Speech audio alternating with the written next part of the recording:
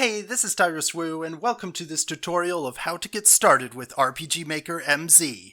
So this will just be an overview of the basics of the RPG Maker MZ editor. We'll cover how to create a new project, we'll cover the map editing mode, the event editing mode, as well as playtesting, and the tools such as the database, the plugin manager, and options. Okay, so let's go ahead and create a new project by clicking here in the upper left corner. I'm going to give my project the name Tyruswoo MZ Tutorials, and then I'll press OK. And now it's going to copy in the files with all the default art, music, and sounds that will be available to us in RPG Maker MZ. Okay, so now it's opened up the project. We're in currently map editing mode. We also have event editing mode up here as well. While in map editing mode, you can see that we have the map here, and we have in the center the player's starting location. And here on the side you can see the tiles that we have, and there's also a list of our maps that we can choose which map to work on. We only have one right now. So now we can choose here in map editing mode tiles that we would like to paint. So let's go ahead and choose a tile. We'll use the pencil tool and we'll just paint on the map where we want the tiles to be. I want to make an island, so I'm going to go ahead and put ocean all the way around here. And then I'm going to add a little bay as well. And sometimes I'm going to right click in order to grab things. So I can grab with right click, I can grab the grass. With right click, I can grab the water and I can place it down. Alternatively, you can go here and select water, select grass, or whichever thing you want to choose from there. But since I already have it on the map, I'll use the right click to grab the grass or to grab the water. So there we go. I am going to just keep working a little bit on the shape that I want the island to be. Okay, and now let's go ahead and add in some mountains. I'll add in some mountains over here. Just try to decide how I want them to look exactly. Okay, maybe about like that. That would be fine. And let's add some trees too. So I'll just select this tree, and you'll see as we add the trees, they come together and form a forest. And it just looks really nice. And we can just paint that down. We can paint some forest wherever we want. So I'm going to now choose some deep water. So deep water is going to be water that ships could move through, but just a regular boat would not be able to move through. But the main reason I'm adding it is I just want it to have that nice sort of dark look that makes the center island pop a little bit more. It gets that visual appearance that I'm looking for. So now let's see what else. So now you'll see on the tiles here, we have an A tab and we also have a B, C, and R tab. So let's look at the B tab. And on the B tab, we'll find things that we can place on top of our map. And so I want to place a cave right here. And I'd like to place a tree as well. I'll place a tree right there. And I want to place a shrine. I will place a shrine right here. I call it a shrine. It's hard to say what that could be. It could be whatever you want it to be. Okay, and now I want to add a little village. Now I could add the village just right on top of the trees, but then it doesn't look quite right. It looks like it's on top of the trees. I want to grab the grass, place the grass here, and then put the village inside a clearing in the forest. So I think that looks a little bit nicer that way. On the C tab, you'll see we have more things we could add. These are more like a modern or sci-fi feel to them. I'm not going to use those today. The R tab, where R stands for region, is what the R tab is. So I'm not going to paint any regions here, but these could be useful if we're trying to determine where we want certain types of battles or encounters to take place. So let's take a look at the layers as well. So here's the layers. So automatic layering means when we paint, it just puts things where they should go automatically. But you can adjust this. If I look at the lowest layer, it has the ocean and the grass. If I look at the next layer up, you can see it has the deep ocean, it has the forest, it has mountains. And if we look at this layer, the third layer here does not have does not have anything in it. The fourth layer has these things that we put on top from tab B or from tab C. If we put two things from tab B or tab C on top of each other, it pushes the one on layer 4 down to layer 3. So that's what it does if you're on automatic. But you can modify these layers independently to get it just right, just how you want it, if there's a need to do that. Usually leaving it on automatic works very well most of the time. So I would just leave it there usually. Okay, so let's see. Now, if we go to event editing mode, then there are a few ways we can make these events. Now, events are things that the player can interact with. Let's make one here where this cave is, where we want the cave to be. It looks like a cave, but nothing happens right now. So let's right-click, and then we can go here. We could choose a new event and do something new, like make our own custom event, but let's go down here instead and choose quick event creation. This is an easier way to make your events. So from here, we can choose to have a transfer event or a door, treasure, inn, or switch. I'm going to choose transfer. So this is like a teleport. It will take, when the player steps on this tile, it will take the player where we want the player to go. So let's choose where we want the player to go. So instead of here, let's have it take the player over to this tree. And now I'm going to press OK and OK. And so now that transfer event will take the player to the tree. We could also add a transfer event here. Right click, quick event, transfer, choose the location. We'll choose it to go back to the cave, or we could choose it to go somewhere else if we want, but I'm going to choose it to go back to the cave entrance. So now this would teleport the player between the cave and the tree. This you could use to teleport the player to a different map as well.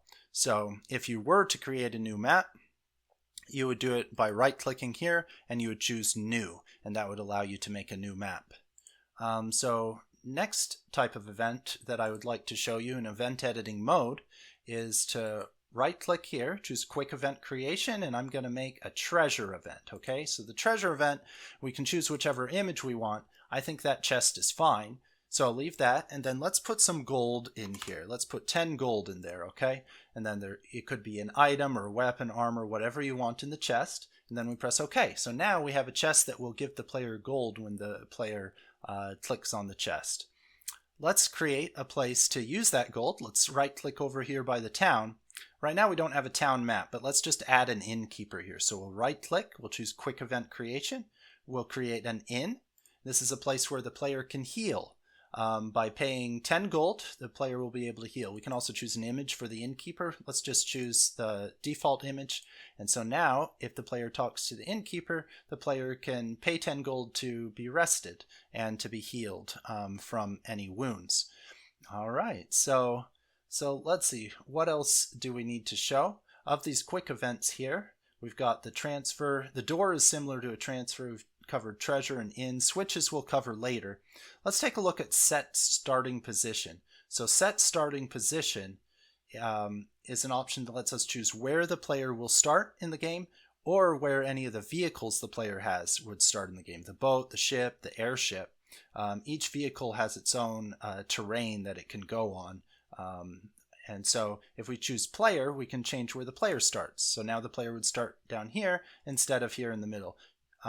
You can also hold and drag this to put it where you want it to be. Okay, let's go and add a starting position for the boat up here. So let's put the boat right there. All right, so now we've got a boat, we've got a chest, transfers. Let's create another event. This time, I want to show you how to make a simple wandering talking townsperson, someone that the player can talk to. So we can either double click or we can right click and choose new. So if we double click, it'll take us to a new event creation. So here, let's choose an image for our new event. I'm going to go in here. I'm going to choose from the People For tab. I'm going to choose this girl with the green hair. I'm going to press OK. I want her to wander. I don't want her to be fixed and stuck in one place. So I'm going to go here under Autonomous Movement, and I'm going to change it from fixed to random. So now she'll wander. And now I'm going to go here to Contents. This will be what happens when you interact with the event. So here under Contents, I'm going to double click. And there's so many different things that could happen when you interact with the event. 3 tabs, so many different options. We're going to choose from tab 1 of the event commands, we're going to choose show text. So this will allow us to have her say something. We're going to have her say, "Hi, welcome to my game." And let's choose a face graphic. I'm going to go here to people 4. I'm going to choose this girl with the green hair. And then that's what she'll look like. I'm going to give her a name. The name, of course, is optional. I'm going to call her Welcome Girl. So if you don't have something here, the name window will not appear, and it'll just show the image and the text. If you don't include an image, it'll show the text only. So let's go ahead and press OK. So now she'll wander around randomly. She'll look like this, and when we talk to her, she'll say, "Hi, welcome to my game." So let's press OK. So now we have all these different types of events where we've just sort of overviewed the quick events available. Well, let's give it a playtest. If we go up here, we can choose to playtest the game. So it'll prompt us to save our changes to the game. We'll choose yes. And now it opens up this window for us. So this is pretty awesome already. So we've got a game to play. When you're in your game, you can press F4 to go into full screen mode. And if you press F4 again, it'll toggle back out of full screen. You can also use the F3 key to toggle whether it's pixel perfect or not. So here's pixel perfect, and here's the regular full screen. So that's pretty cool. So let's go ahead and start a new game. So here we are. We've got our character here. We can use the mouse or touch screen to move around if we want. And we can also use it to interact with events. Let's talk to this girl here. And she says, "Hi, welcome to my game." So we did think it was our game, but turns out it's her game after all. So that's what we get for making her there. So now if you want, instead of using the mouse or touch screen, you can walk around with the arrow keys. It'll by default make you walking. If you hold shift, you'll be able to toggle running if you hold shift. So let's try talking to this innkeeper. She says 10 gold for 1 night. Would you like to stay? I'll say yes. She says you don't have enough money, right? So you got to make sure you have enough money before you talk to her. If we go up here to the chest and we try to open the chest, it'll give us 10 gold. So you can just choose, you can just press enter, or you can click on events in order to interact with them. If we talk to her now and we say we want to stay the night with yes, then it will let us stay the night, right? And then if any of our characters are wounded, they'll be healed. So that's pretty nice. Let's check out this other event here. This is the transfer event from the cave. Takes us over to the tree. If we go back in this tree, takes us back to the cave. So we saw how we made those transfer quick events. So of course these don't go anywhere because we didn't set them up to go anywhere yet for the town or for that little shrine. We can try to get in this boat. If we try to get in the boat, then we can go around in the ocean. Usually we can't go in the ocean. It doesn't let us go in the deep water, doesn't let us go on the land, but we can go wherever we want. We can get out, and now we can walk on the land again. Usually we can't go in the water, we can't go through the mountains. Now there is, though, when you're playtesting and you're playtesting using the editor, not in the released version of the game, but only using the editor, you can then hold control and you can cheat to walk through mountains or water or walls or anything. So it is possible to cheat by holding control, okay? And this in the corner here, this is for your menu. You can click that to open or close the menu. A lot of different options you'd expect in an RPG as far as your menu. If we press escape, we can also toggle the menu that way. Okay, so that was our playtesting. Let's go ahead and go out of that. And a few more things to talk about. We talked about the map list here. If we right-click on our map, we could choose to make a new map. We could choose to edit this map that we're looking at right now. So if we right-click and we choose Edit, now it'll give us this Map Properties window. This is an important area to modify some of the properties of the map. I want to give this map some background music, so I'm going to check this checkbox and I'm going to select here from a list which background music I want to choose. I think let's try Field 2. Okay, so I'm satisfied with that one. I'm going to choose that one. All right. And then over here is where we would put encounters if we want some battles to appear in the map. That's where we would add that feature. Okay, so let's press OK. Now we've got some background music for our map. And let's take a look now at some of these other tools. So up here in the tools, we've got the database, the plugin manager, we've got some options. I'm going to look at the database.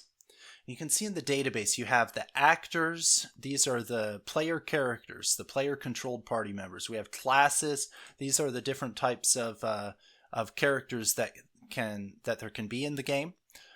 There's skills that they can have, items they can have, weapons, armor that these characters can have. There are also enemies and how those enemies are organized into troops. So these are the battles that you would face. And then states, these are like if someone's poisoned or if somebody has been knocked out or has died or is asleep. Those are the states. And then there are also animations. These are used in battle, and they can also be used outside of battle if you like. And then the tile sets, so you can change which tile sets what the properties of the tile sets are. If you want to choose which tile set you're using, you do it from the map properties window for any given map. But if you want to choose the properties of the tile set, you can change that here.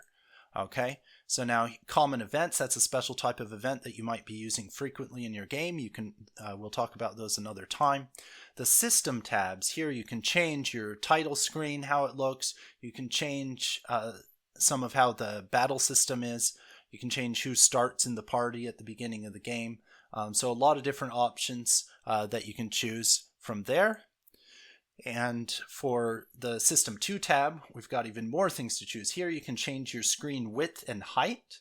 This allows you to make your screen fill up a widescreen 16:9 ratio view, which is the most common screen ratio. So we'll talk more about that later as well. And then there are some other things like the types of elements and skills, and then some terms. You can change the different words that are used in the game. So there's so many options here as far as the things you can change. So we'll just press OK there.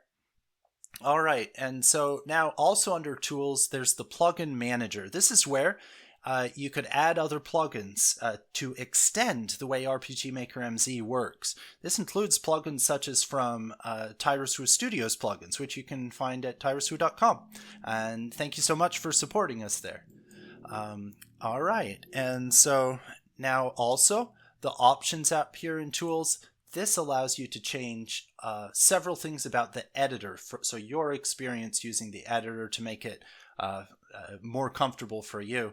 One of these is the theme. You can change the theme to a dark theme if you like. So we're going to go ahead and do that. So it looks pretty nice, doesn't it? It looks pretty nice. So there you have it. So that's an overview of the features available in RPG Maker MZ. And I hope you enjoyed this tutorial.